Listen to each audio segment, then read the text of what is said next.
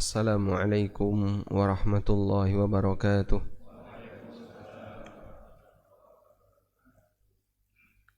Alhamdulillahi rabbil alamin. Wassalatu wassalamu ala ashrafil mursalin Nabiyyina wa maulana Muhammadin wa ala alihi wa sahbihi ajma'in. Wa ashhadu an la ilaha illallah wahdahu la syarika lah. Wa ashhadu anna Muhammadan abduhu wa rasuluh sallallahu alaihi wa ala alihi wa sahbihi wa man tabi'al huda ila yaumiddin. Alhamdulillah, pagi ini kembali kita lanjutkan kajian dengan membaca buku Riyadhus Shalihin setelah setahun libur.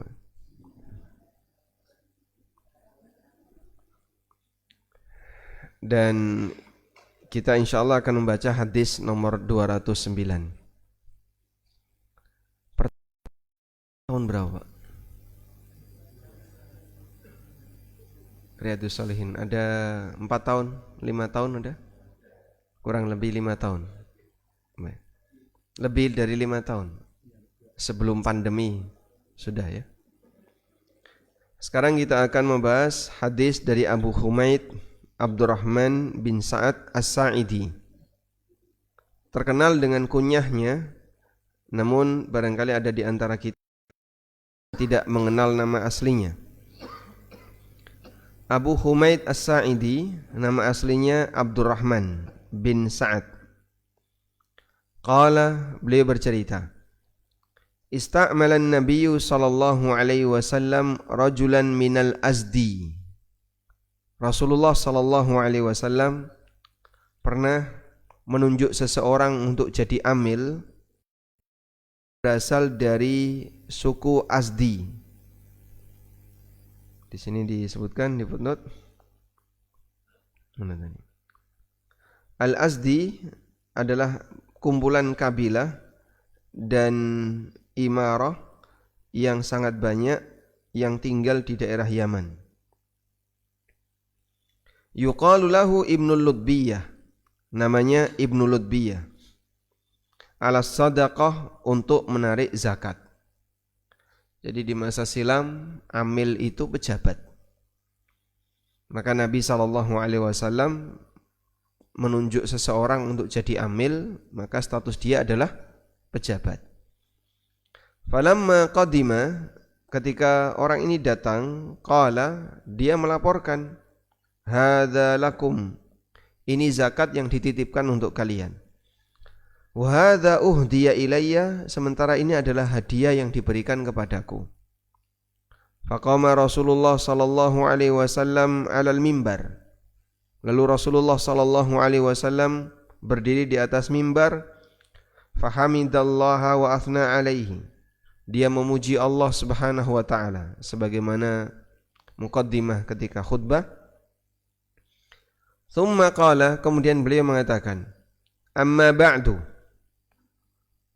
fa inni asta'milu rajula minkum 'alal amal. Aku telah menunjuk salah satu di antara kalian untuk melakukan tugas. Mimma wallani Allah. Tugas yang Allah berikan kepadaku yaitu menarik zakat. Sehingga di sini ada satu pernyataan, tugas menarik zakat ini tugas dari Allah untuk siapa? Nabi sallallahu alaihi wasallam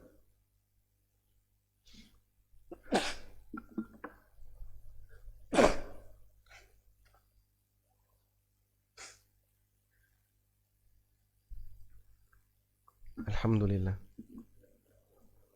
Yahdikumullah wa yuslih balakum. Kita lanjutkan.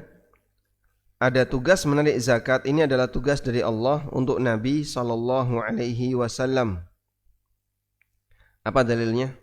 Firman Allah Subhanahu wa taala, "Khudh min amwalihim shadaqatan tutahhiruhum wa tuzakkihim biha." khudh min amwalihim, ambillah harta mereka, shadaqatan tutahhiruhum wa tuzakkihim biha, sebagai zakat. Sedekah di situ maknanya adalah zakat. Di surat At-Taubah ayat 103.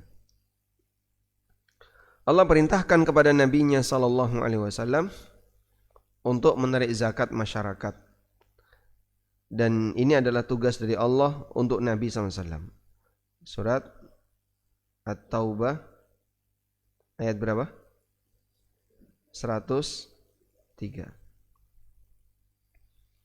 Lalu tugas ini beliau wakilkan kepada para amil yang lain. Nah, maka status amil itu sebagai wakil dari Nabi sallallahu alaihi wasallam untuk menjalankan tugas dari Allah, yaitu menarik zakat. Sehingga amil zakat ini pejabat. Dan statusnya adalah orang yang mendapatkan amanah dari Allah Subhanahu wa taala.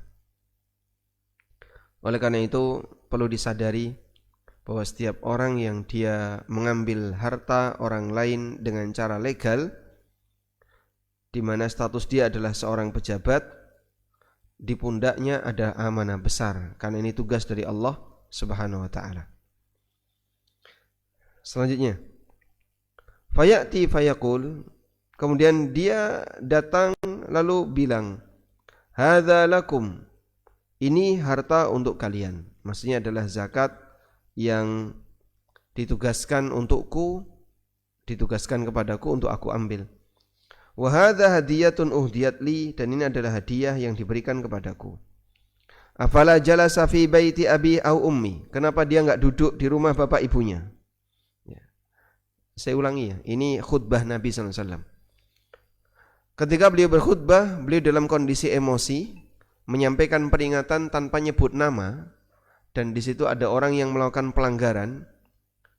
Lalu beliau mengatakan, aku mengutus seseorang untuk jadi amil sesuai dengan tugas yang Allah berikan kepadaku.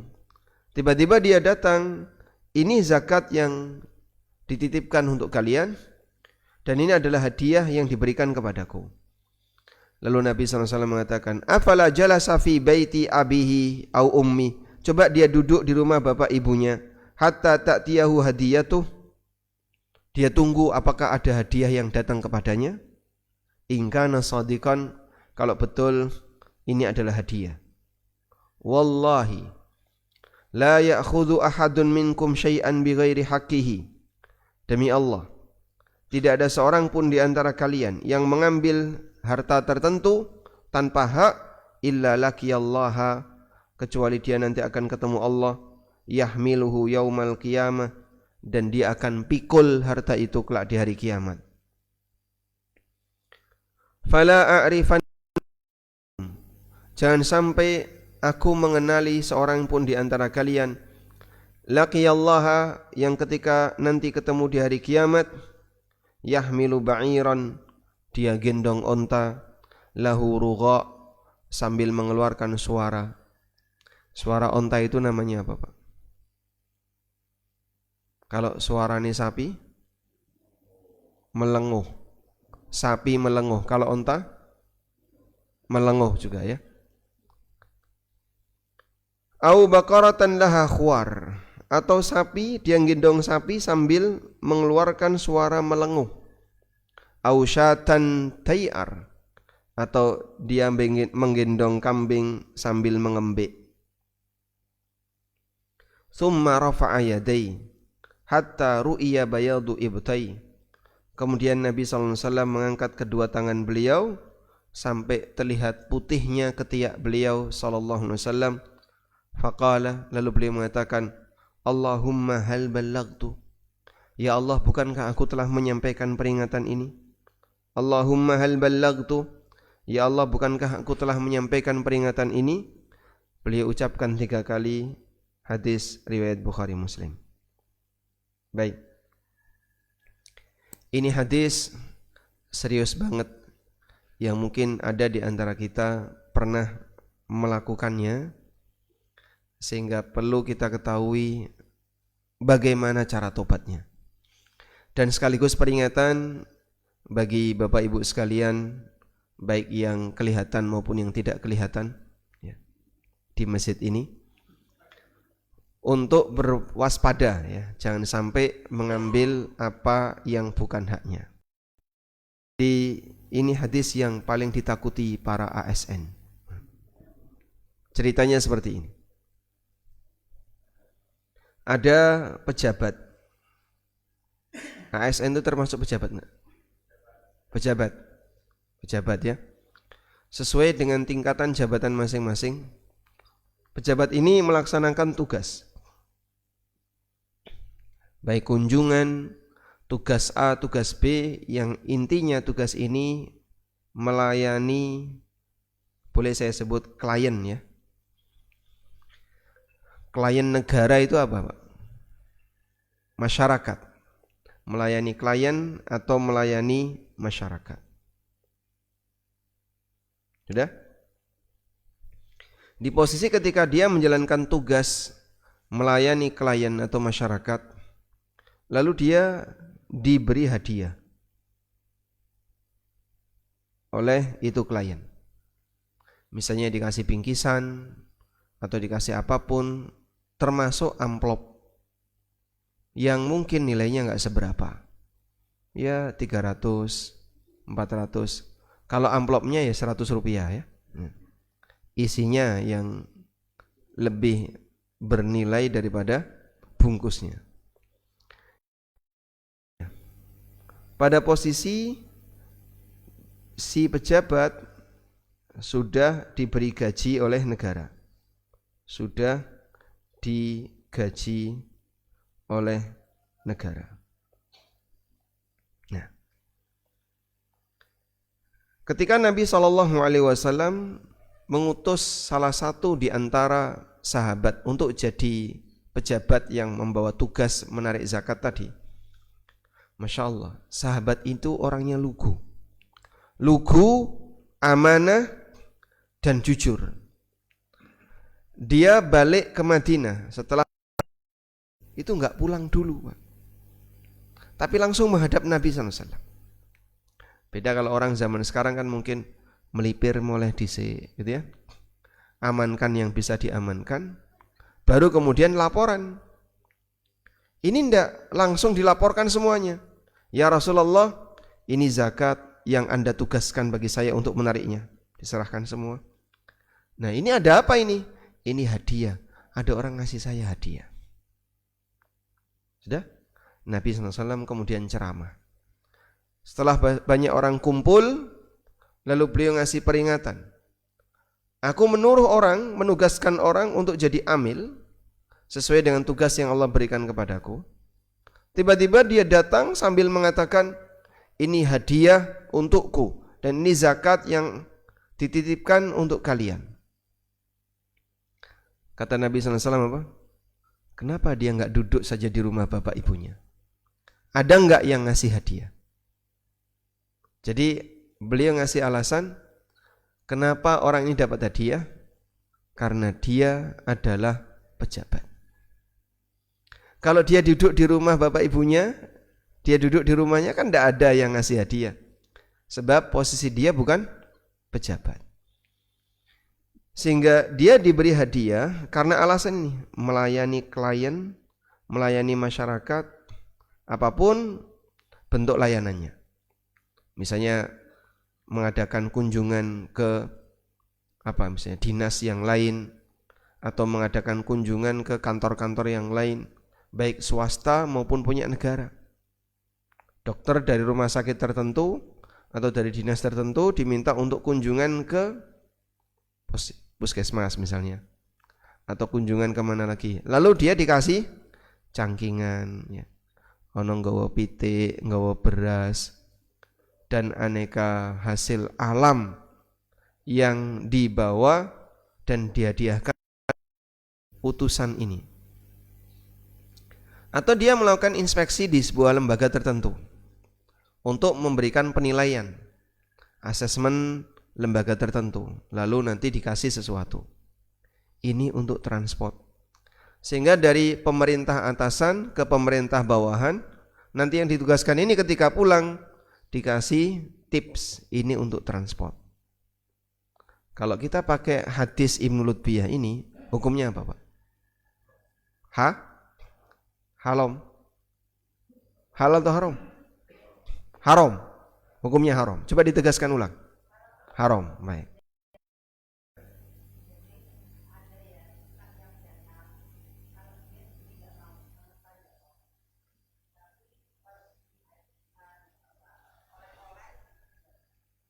Diberi oleh-oleh mau. Tapi kalau uang sama sekali tidak mau. Diantar uangnya pun tidak mau.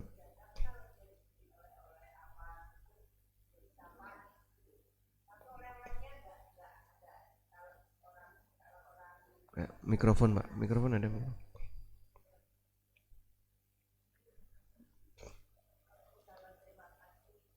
Iya, ucapan terima kasih. Baik. Iya. Jadi ini kan ada lembaga yang ini di pusat. Kemudian ada turun ke daerah ya. Lembaga yang sama tapi ini berada di daerah. Begini ya, kurang lebih. Atau bisa juga lembaga yang ada di pusat atau pemerintah, misalnya pemerintah, kemudian ini turun ke swasta, begini ya. Ya. Apapun itu, jadi baik tujuannya dalam rangka untuk asesmen, pemeriksaan, audit dan seterusnya. Ya. Dan orang yang diutus ini, manusia yang diutus ini, dia kan sudah dapat gaji. Bahkan terkadang diberi semua biaya yang dibutuhkan. Transport pesawat, sampai di bandara ke hotel, nanti taksi. Kemudian di hotel dibiayai. Sampai pulangnya semuanya dibiayai. Itu Masya Allah. Dia berangkat, di anggaran itu tertulis pesawat. Naik kereta dia, Masya Allah. Di anggaran itu ada taksi, dijemput teman. Di anggaran itu ada hotel, tidur di rumah kawan. Masya Allah. Ada sisa enggak? Oh banyak sisa. Sisa itu kemana Pak kira-kira? Hah? Masuk pribadi, kantong. Jadi uang receh seperti itu dikumpulin Pak. Lumayan. Karena target istrinya kan haji furoda. Masya Allah. Dia yang datang dengan aneka uang-uang tadi sudah dibekali semua. Lalu ini ngasih. Ya sewajarnya dikasihlah hadiah. Ini kan budaya di tempat kita. Coba kira-kira kalau di luar negeri yang disiplin Pak. Ambil contoh Bapak mungkin bisa sebut negeri manapun orang kafir, negeri kafir yang disiplin. Gak ada Pak namanya ini Pak.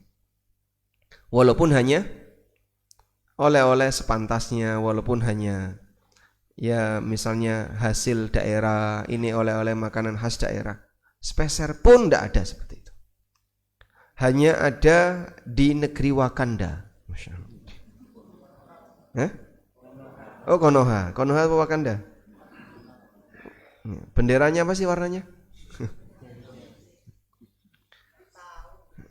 Nah, ini juga sama, lembaga yang di daerah ngasih ke sini. Kira-kira dilaporkan enggak? Begitu lapor ke pusat, kan lapor hasil ya. Apakah hadiah ini kira-kira dilaporkan enggak? Kenapa tidak dilaporkan? Ini kan untuk pribadi saya. Hadiah itu saling ridho. Hadiah ini saling ridho. Iya Pak. Ini kan saling ridho. Dia yakin karena saling ridho berarti halal dalam keyakinan dia. Padahal saling ridho untuk tujuan seperti ini enggak berlaku. Karena saling ridho itu bukan satu-satunya syarat halalnya harta, tapi ada banyak syarat yang lain. Akhirnya Nabi SAW memarahi Ibnu Lutbiyah, tapi beliau tidak nyebut nama. Dan beliau sampaikan, coba dia duduk di rumah bapak ibunya. Coba dia duduk saja di rumah. Ada enggak yang ngasih hadiah seperti ini? Ya enggak bakalan ada. Sehingga kenapa kamu dikasih hadiah?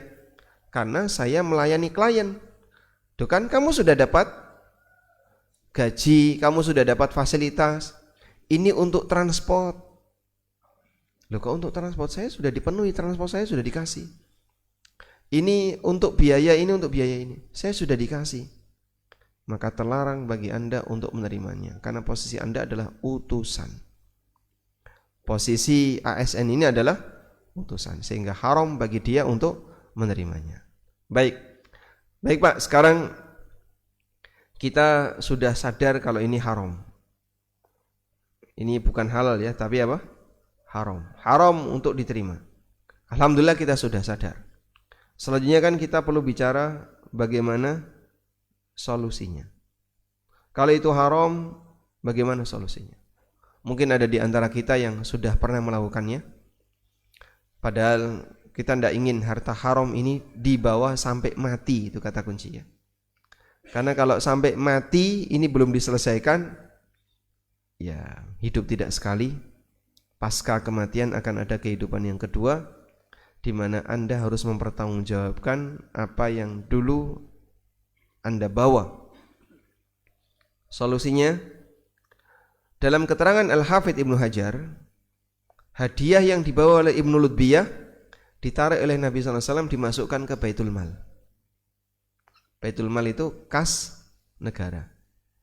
Jadi hadiah yang dibawa oleh Ibnu Lutbiyah ini apa sih? Duit atau barang? Barang. Ibnu Lutbiyah itu bawa barang. Ini dimasukkan ke Baitul Mal. Nah, Baitul Mal itu adalah kas negara, sehingga dikembalikan untuk kemaslahatan umat. Kalau ada mekanisme yang bisa dilakukan oleh seorang ASN atau mantan ASN, pensiunan aparat siapapun, yang dia membawa harta yang enggak benar, maka wajib dikembalikan ke negara. Sehingga harta hasil tips dan sogok, walaupun saling ridho, harus ke sini. Hanya ini solusinya.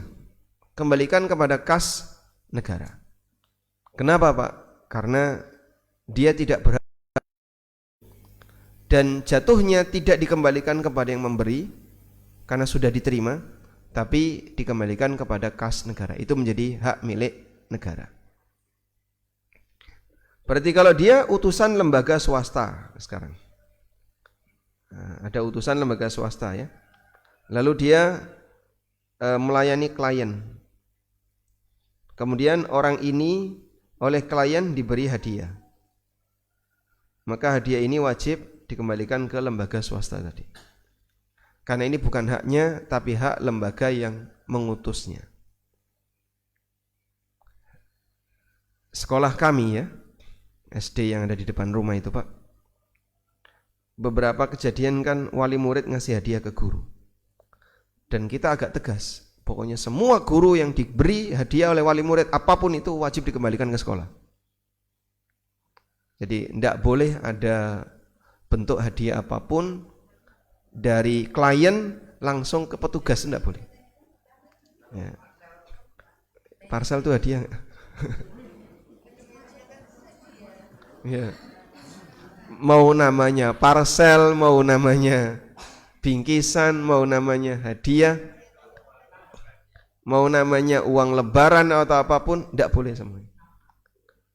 Jadi yang seharusnya idealisme ini kita jaga ya, terutama di lembaga pendidikan kan tidak boleh sih. Lembaga pendidikan ngajari bagus, ngajari yang ideal. Kok ada praktek nggak ideal, ya tindakannya harus lebih keras. Sehingga para guru kami Kalau sampai ada yang nerima hadiah, itu kita wajibkan kembalikan ke sekolah. Nah, selanjutnya kembali kepada kebijakan sekolah. Saya nggak nerima lah, Pak. Nanti akan kita distribusikan baik untuk fakir miskin di sekitar sekolah, atau kita kembalikan kepada guru-guru yang berprestasi, sehingga bisa jadi yang menerima bahkan dia tidak mendapatkan hasil sama sekali, tidak menikmati, karena dikembalikan kepada kebijakan lembaga yang dia sudah memberi gaji kepada guru tadi. Baik, selanjutnya, kalau sampai enggak dikembalikan, apa yang akan terjadi? Bapak lihat ini ya. Koruptor, ini masuk korupsi enggak kayak gini? Masuk korupsi ya? Kalau ada utusan dari lembaga pemerintah kepada bawahan, kemudian dia diberi cangkingan tadi Pak ya, diberi hadiah dan seterusnya, itu masuk korupsi enggak?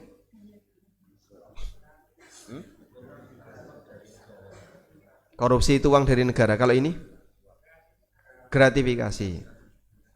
Baik. Kalau gratifikasi masuk pelanggaran hukum enggak? Gratifikasi masuk ya. Nah, gratifikasi ini jika sampai mati tidak dikembalikan, kalau tidak dikembalikan, inilah yang disebut oleh Allah Subhanahu wa taala dalam Al-Qur'an, wa may yaghlul ya'ti bima ghalla yaumal qiyamah. Barang siapa yang gulul, maka dia akan gendong harta gululnya kelak di hari kiamat. Wa may yaghlul ya'ti bima ghalla yaumal qiyamah. Siapa yang gulul, maka nanti harta gululnya itu akan dia gendong, akan dia bawa kelak di hari kiamat. Tsumma tuwaffa kullu nafsim ma kasabat wa hum la yudlamun. Kemudian masing-masing jiwa akan dipenuhi balasannya sesuai yang dia lakukan dan mereka tidak dizalimi. Ini yang tadi diperingatkan Nabi SAW. Jangan sampai kalian datang di hari kiamat sambil gendong sapi, gendong onta, gendong kambing, lalu mengeluarkan suara, kemudian dia minta tolong untuk diselamatkan oleh Nabi SAW, tapi Rasulullah SAW tidak mau menolongnya, sehingga hasil gratifikasi tidak dapat syafaat. Orang yang membawa gratifikasi tidak dikembalikan sampai mati, ini ancamannya apa? Tidak dapat syafaat Nabi sallallahu alaihi wasallam. Baik, saya bacakan hadisnya lebih lengkap ya.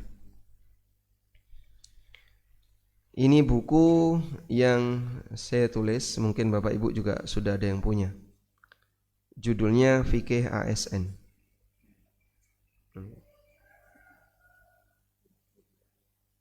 Oh, enggak ada ya. PDF-nya enggak ada di sini. Nah, dalam buku Fikih ASN itu saya menyebutkan ada satu hadis. La ulfiyanna ahad.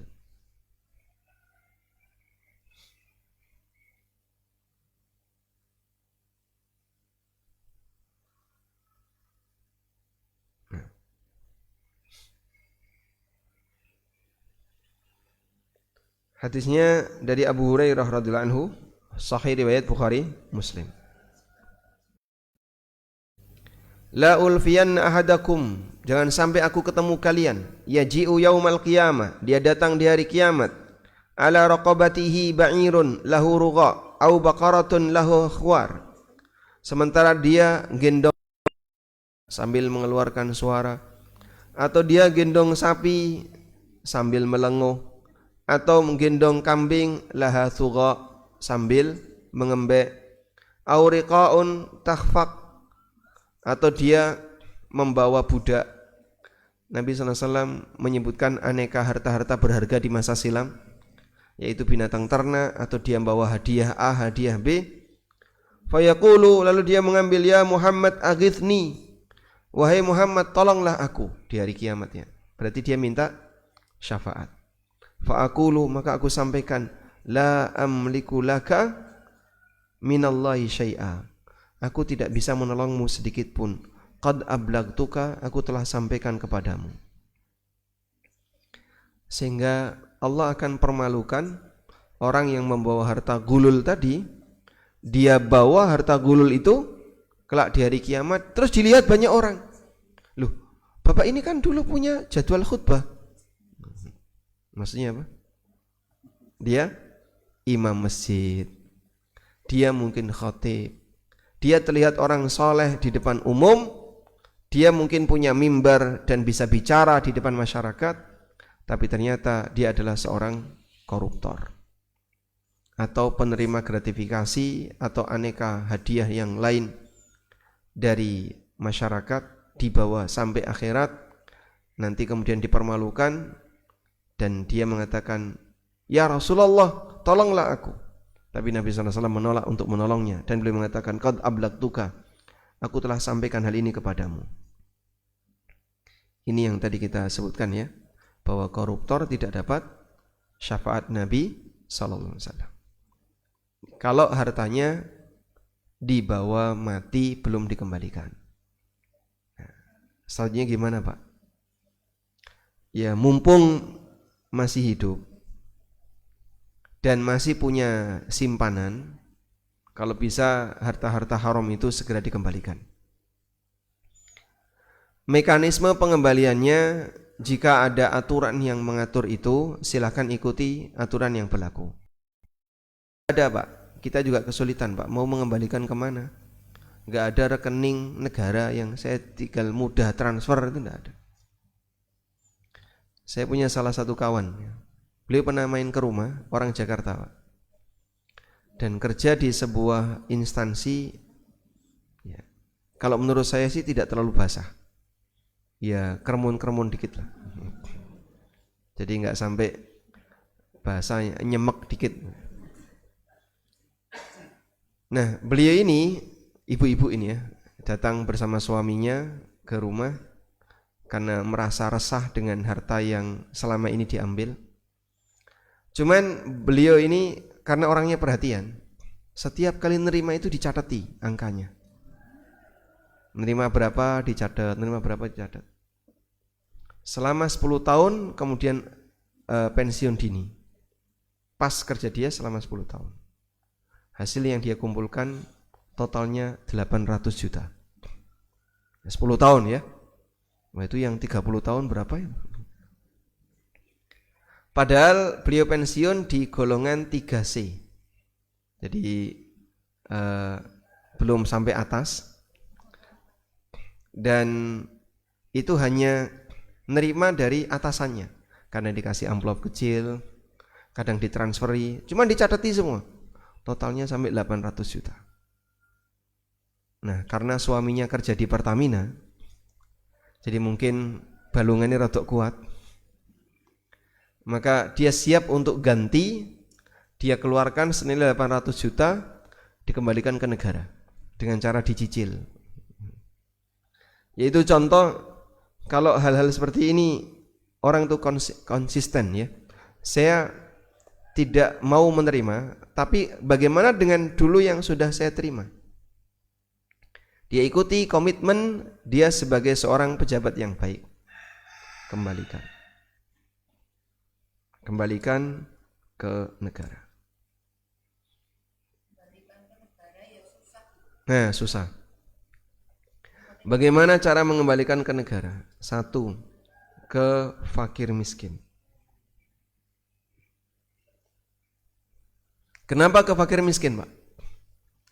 Karena dalam undang-undang fakir miskin dipelihara oleh negara. Ada enggak fakir miskin yang belum mendapatkan manfaat dari negara? Masih banyak ya. Sehingga yang seharusnya negara ngasih sesuatu ke dia, tapi dia enggak dapat apapun dari negara. Nah, sebagai gantinya ini dikasihkan ke dia. Yang kedua, untuk fasum atau fasos, fasilitas sosial, fasilitas umum yang itu menjadi tanggung jawab negara. Misalnya jalan rusak, kemudian apalagi selokan-selokan yang rusak, dan aneka fasilitas umum yang lain. Seharusnya fasilitas umum ini dikasih negara, tapi negara mungkin tidak hadir di situ, maka harta negara tadi bisa disalurkan ke sana. Ya mungkin kalau sekarang yang cukup gampang adalah untuk korban. Boleh nggak Pak ini Pak? Boleh, karena korban bencana walaupun belum statusnya bencana nasional ya, karena sekarang masih dianggap bencana bencana lokal ya. Walaupun statusnya belum sampai bencana nasional, masih distatuskan sebagai bencana lokal, maka mereka punya hak untuk mendapatkan manfaat dari negara. Dana itu bisa disalurkan ke mereka. Nah, mudah-mudahan tobat yang dengan cara seperti ini membersihkan aneka tanggung jawab dan tugas yang seharusnya diselesaikan oleh para ASN yang dulu sempat membawa harta bermasalah dari tugas dia selama dia bekerja. Wallahu a'lam. Baik. Mungkin itu sebagai pengantar. Sudah syuruk belum? Belum? Masih? 13 menit. Ada yang mau disampaikan? Nah, silakan. Nah, silakan. Pakai mikrofon, Pak. Pakai mikrofon.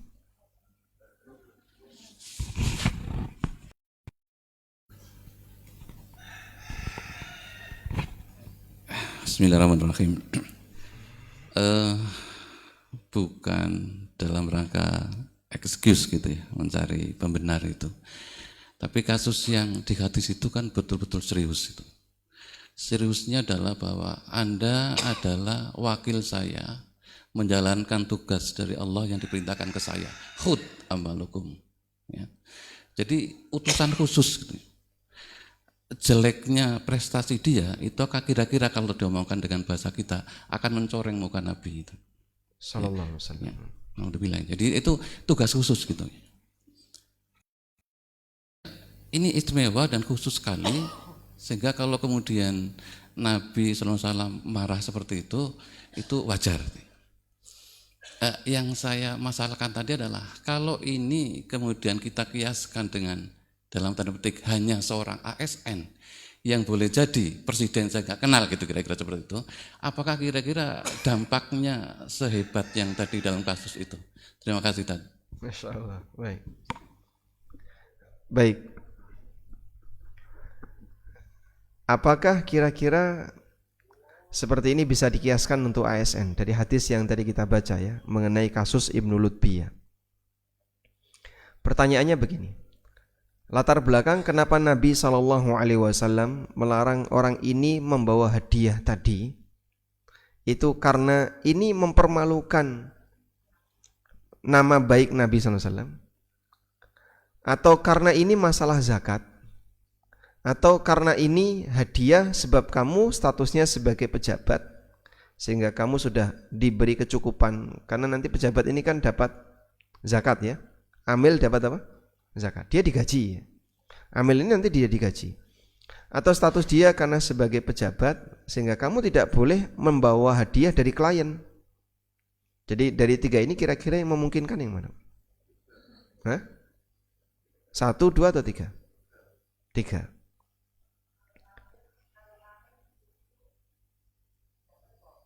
Amil dapat.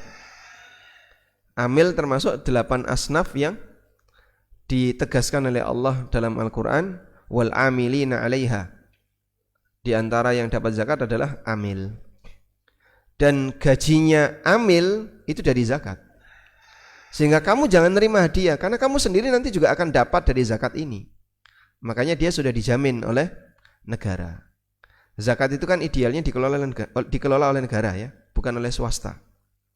Sehingga Nabi SAW mengelola zakat, lalu beliau serahkan sesuai dengan kebijakan negara, dan di antara yang berhak menerimanya adalah amil. Begitu?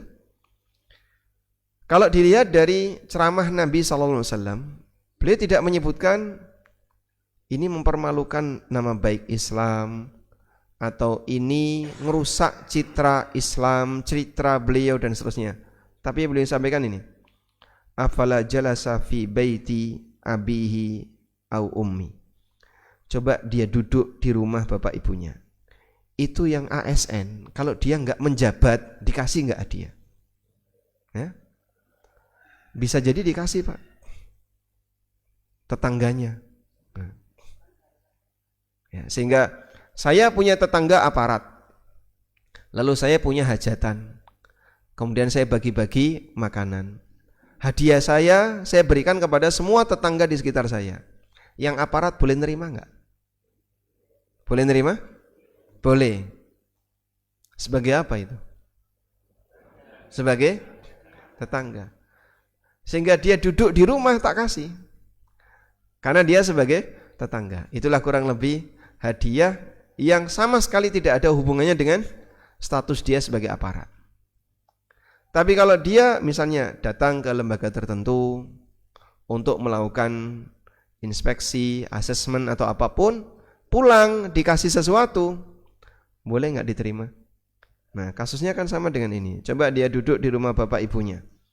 Hatta tunggu sampai datang hadiah kepadanya. Ingkana shadiqan, kalau betul itu hadiah. Dan ini sejatinya bukan hadiah, tapi pemberian karena kepentingan. Pemberian karena kepentingan. Begitu yang bersangkutan sudah tidak menjabat, apakah masih ada orang yang ngasih? Begitu tidak menjabat Pak, nggak ada yang mepet Pak. Begitu tidak menjabat, selesai sudah. Sudah tidak ada lagi orang yang memberi apapun kepadanya. Itu bukti bahwasanya aslinya ini bukan hadiah, tapi suap. Statusnya adalah suap. Tujuannya ada kepentingan di balik itu.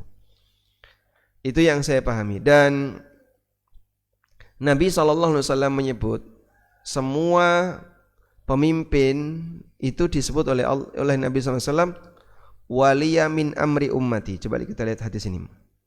Man waliya min amri ummati syai'an. Kita baca hadis ini.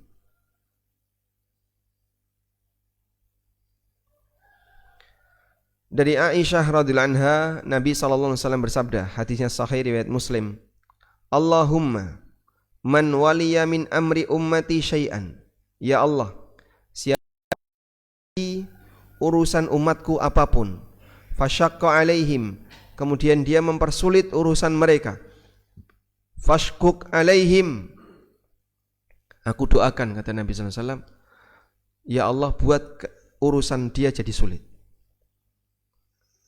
Siapa yang ngurusi urusan umatku, berarti status pejabat yang ngurusi urusan masyarakat, disebut oleh Nabi SAW ngurusi umatku. Maka dia seperti melanjutkan tugas para pemimpin masa silam. Wa man waliya min amri ummati syai'an, dan siapa yang ngurusi urusan umatku, farafaqa bihim, dan dia jalankan dengan penuh lemah lembut, penuh kelembutan, perhatian, farfuk bihi, maka berikan sikap lemah lembut kepadanya. Karena terkadang ada yang terlalu kaku, sehingga urusan birokrasinya rumit sekali. Udahlah Mas, kalau urusan kayak gini saya sudah nggak sanggup. Akhirnya dominan orang kalau sudah berhadapan dengan itu, pasrahkan saja kepada orang lain. Silakan Pak.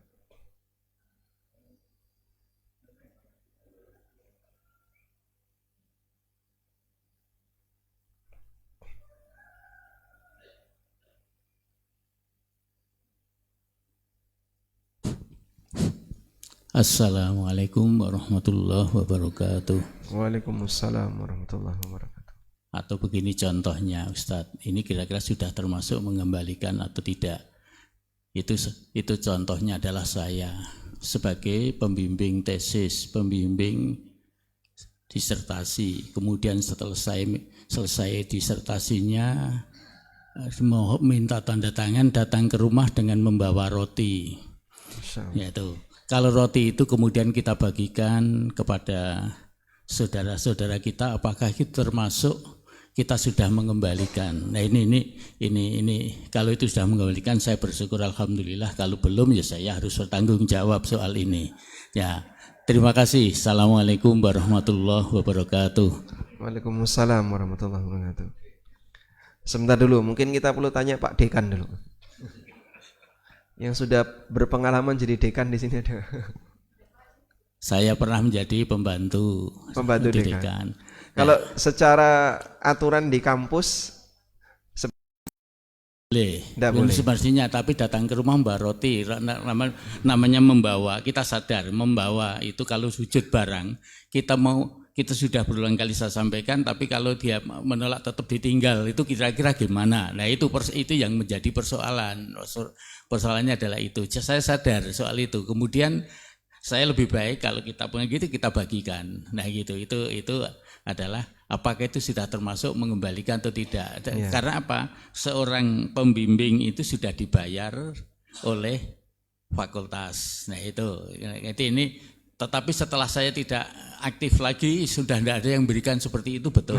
Nah gitu sudah tidak ada yang berikan itu. Nah ini kita sampaikan. Kita sadar semacam ini sehingga kita mengambil sikap seperti itu, kira-kira itu sudah termasuk kategori mengembalikan atau belum. Nah itu menurut pandangan Ustadz. Matur nuwun. Masya Allah. Baik. Seharusnya tadi mahasiswanya di BCI Pak. Besok saja kalau sudah nggak aktif ya ngasihnya. Sehingga jadi tabungan di mahasiswa yang mungkin nanti akan datang setelah Bapak sudah pensiun. Masya Allah, barakallahu fikum. Enggak semua orang punya semangat mau menghindari dan meninggalkan harta haram. Sehingga ada sebagian orang yang kadang diberitahu seperti ini dia keberatan. Dia keberatan, apalagi berpikir mengembalikan, bahkan berpikir untuk menolak saja tidak. Karena dia merasakan ini saling ridho. Kalau dalam suasana seperti ini bukan bahasa ridho, dia punya kepentingan di situ. Saya punya teman seorang lawyer ya. Waktu dia mendampingi klien untuk urusan tertentu, seperti itu, tiba-tiba ada aparat yang minta di depan. Kamu berani berapa? Nanti saya bantu. Nah, klien ini terus konsultasi ke lawyernya, ini perlu dikasih nggak Pak? Kata lawyer nggak usah dikasih, jangan dikasih. Tapi aparat ini minta terus ya Pak. Ya pokoknya jangan dikasih. Akhirnya didampingi untuk menemui aparat tadi sama lawyer tadi. Ya Bapak berani berapa? Saya akan bantu. Nah, dia terpaksa ngasih. Ngasih itu di depan, jadi bertiga ya, lawyer, klien, aparat dikasihkan. Terus aparat ini bilang, ini ridho ya, ridho ya. Sama lawyernya, ridho gimana? Kalau gini disebut ridho. Ya mau bilang nggak ridho gimana Pak? Kalau dia bilang aku nggak ridho, akan tak tagih di akhirat. Ya sudah, aku nggak mau bantu. Gimana disebut ridho? Seperti itu yang disebut ridho Pak. Jadi orang memaksakan mendefinisikan ridho itu sampai pemalak itu juga ridho Pak. Ini kan cetha memalak Pak ya. Dan pengusaha yang curhat ke kami yang seperti ini kasusnya banyak sekali Pak. Itulah yang melatar belakangnya saya nulis buku fikih ASN Pak. Dari cerita banyak pengusaha yang demikian banyak. Makanya saya bergabung di 2 asosiasi pengusaha ya. Yang pertama namanya Komunitas Pengusaha Muslim Indonesia. Yang satunya namanya Asosiasi Pengembang Properti Syariah Indonesia. Yang cerita kayak gini tuh banyak sekali. Saya sebenarnya kan tidak begitu sering bergesekan dengan aparat ya. Jadi nggak tahu di balik aktivitas mereka itu ada apa. Tapi karena saking seringnya saya dapat dengar itu, saya nulis buku fikih ASN. Diundang inspektorat. Lebih banyak lagi yang terbuka, Masya Allah. Seperti ini yang terjadi di negara kita. Dan kadang kita juga merasa malu. Gak usahlah dibandingkan dengan jauh-jauh negara yang lain.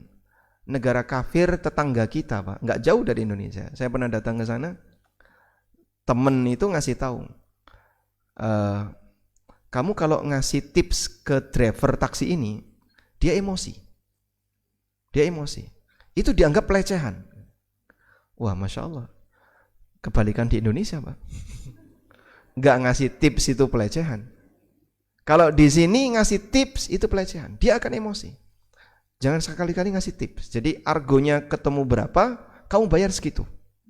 Karena dia nanti akan lapor ke perusahaan dia. Masya Allah.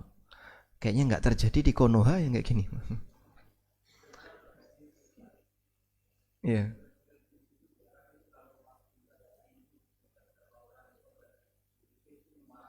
Iya.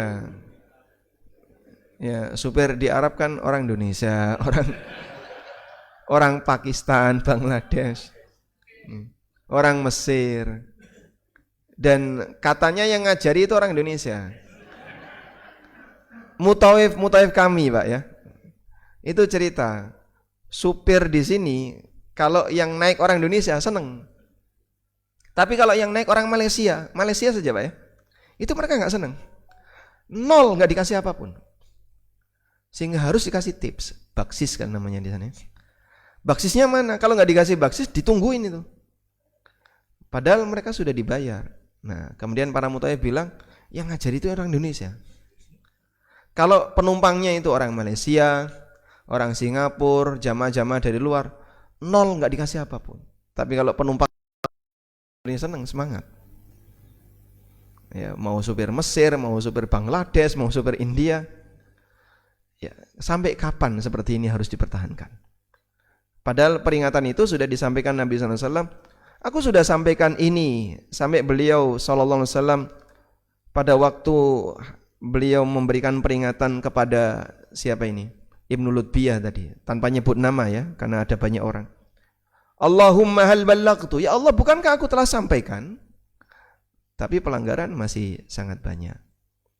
Nah, kalau kita kerja di swasta, ya, seperti Pak Dr. Siddiq misalnya, sebagai dosen di kampus swasta, ya berarti harusnya dikembalikan ke kampus. Nah, ngembalikan ke kampusnya gimana Pak? Bentuknya roti, Pak. Sementara sivitas kampus gitu banyak, apa dicacah-cacah dibagi-bagikan. Ya mungkin yang paling gampang dikembalikan ke DPPAI, Pak. Di Masjid Ulil, barangkali bisa dipakai untuk buka puasa bersama. Ya, masyarakat ini kan bukan anggota kampus, Pak. Kalau swasta kan ke kampus, ke lembaga swastanya. Kalau negara bisa ke fakir miskin siapapun. Enggak ada mekanisme seperti itu.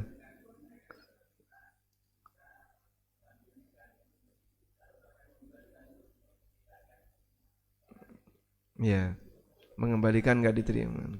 Coba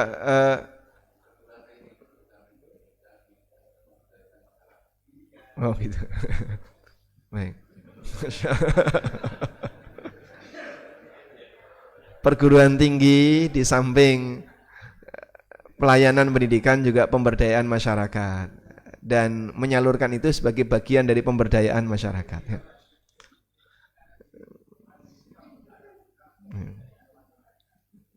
Ya, ya baiklah Pak. Berarti nanti titipkan saja ke mahasiswa yang KKN, Pak. Ini untuk pemberdayaan masyarakat. Kau bagikan kepada masyarakat di sana. Baik, intinya begini. Semangat taubat yang dimiliki oleh kaum muslimin, walhamdulillah, bagi mereka yang sadar akhirat, sudah selayaknya dia mulai mengukur dirinya. Aneka harta-harta bermasalah yang mungkin dulu dia dapatkan, sudah seharusnya dia kembalikan secara bertahap. Coba berusaha gimana caranya biar tidak dibawa sampai mati. Itu kata kuncinya. Kalau sampai mati masih ada yang belum diselesaikan, ya akan ada konsekuensinya di hari kiamat. Karena itu sekiranya kita ingin menyelamatkan diri kelak di hari kiamat, sayangi diri kita masing-masing ketika menghadap Allah. Harta yang sekecil apapun yang haram segera dikembalikan. Wallahu a'lam.